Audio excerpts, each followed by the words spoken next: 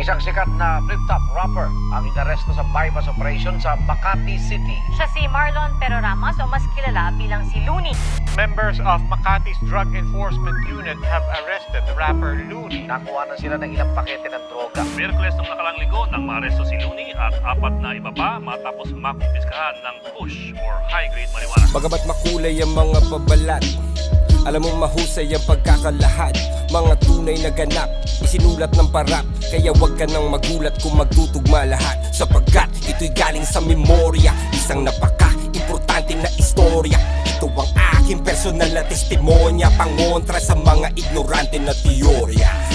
Ito ay tunay na buhay, wala akong dahilan para magsinungaling at mga detalye palitan.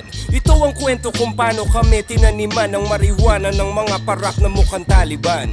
Bandang alas 8 ng gabi sa Pilipinas, sa isang gusali doon sa may Ortigas. 8 oras bago ang rehas ay mahimas. Kasama ko si Ron Henley ng Stick Figures. May interview kami sa radyo nung gabi na yun, tungkol sa marijuana at sa legalisasyon. Pagkatapos namin umalis agad sa estasyon, dahil meron pa akong pupuntahang isang okasyon dun sa poblasyon. Birthday daw ni Sean, yun lang ang alam ko na detalye pa noon. Medyo masama ang panahon, umaambon, kaya tinext ko na si Utol, pumunta ka na ngayon. Humiwalay na si Ron, sumakay ng taxi, Dahil bukas may recording pa kami ni Clamsy. Utol kong si Idol, sinundo ako sa lobby gamit ang aking Subaru na tunog Ferrari. Saan tayo pupunta? Private daw na party. Yung reception ay isang hotel dun sa Makati. Bata na may cancer, kumontak kanyang mami. Idol ako ng anak at rap ang kanyang hobby. Pangalan daw ay Sean, walang paki sa money, kasi handang magbayad kahit magkano si daddy. Lumambot ang aking puso nung una ko narinig. Naawa ako kay Sean, mga luha ng ilid, nung nalaman kong lagay na daw ng bata tagilid. Di nyo kailangan magbayad, pupunta ko sa event. Rekta sa Makati kahit traffic ay kainip. Kasama ko si Rude at si Ivan, ang sikip, at si Kuya Albert, yung driver kong mabait. At saka si Idol, aking manager at kapatid na merong thalassemia, isang kakaibang sakit. Kailangan niyan lagi salinan ng dugo na pantawid. At dahil malapit lang sa hotel yung Makati Med, sumabay na lang siya sa amin para mas makatipid. Sabay ka na, pang isang kotse na lang. Yung katabi ko sa backseat, si Rude Boy at si Ivan.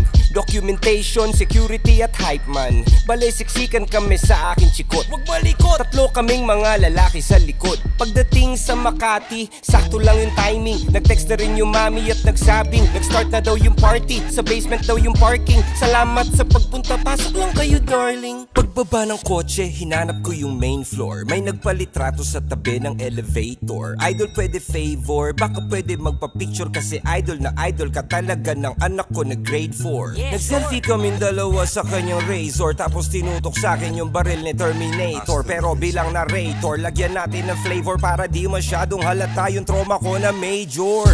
What the fuck? Nakakagulantang, sang katutak ng ninja cup sa amin ng tumambang. Parang Wu-Tang Clan, lampas 10 lumabas sa van. Pasensya na idol, napag-utusan lang. Humakbang paatras at wala nang nagawa. Tinutukan ng bereta sa mukha, pinadapa, pinusasan, pilit pinapatingin sa baba. Mga bulsa namin isa-isa nilang kinapa. Akala ko kidnap for ransom ang sadya, o kaya baka prank lang to na malala lang hiya.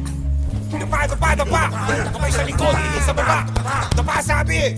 Nakadapa kami habang napapanood ang aking utol na kasalukuyang nakabukod. May tinabi silang kahon, malakas kanyang kutob, na meron tong mga lamang kontrabando sa loob. Tsaka na lang silang nagpakilalang mga parak, nung isa na sa mga kasama nila na sapak. Walang uniforme at nakamaskara lang lahat. Walang Mirandang binasa, basta-basta lang agad. May sikat na hotel at ang nakakapagtakay. Maraming CCTV, lahat nakapatay.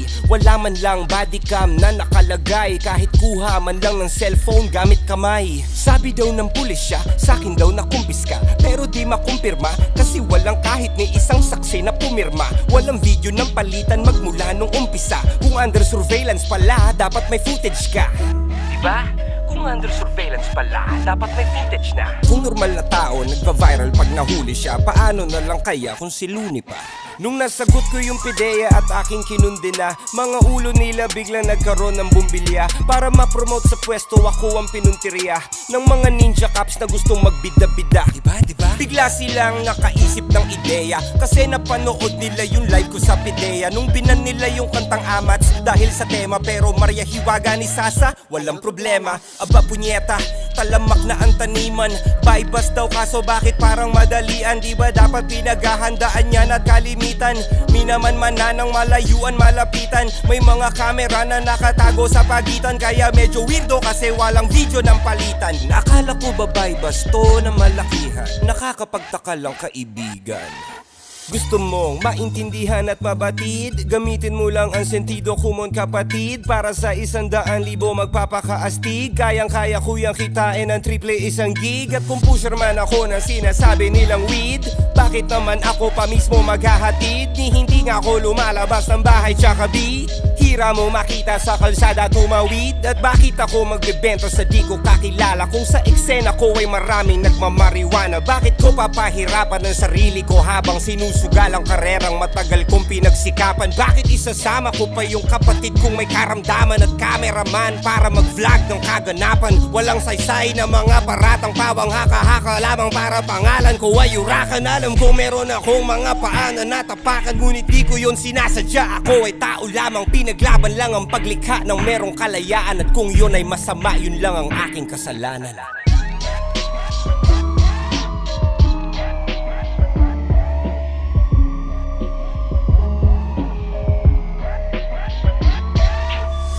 Authorities seized 15 packs of high-grade marijuana from Pero Romas.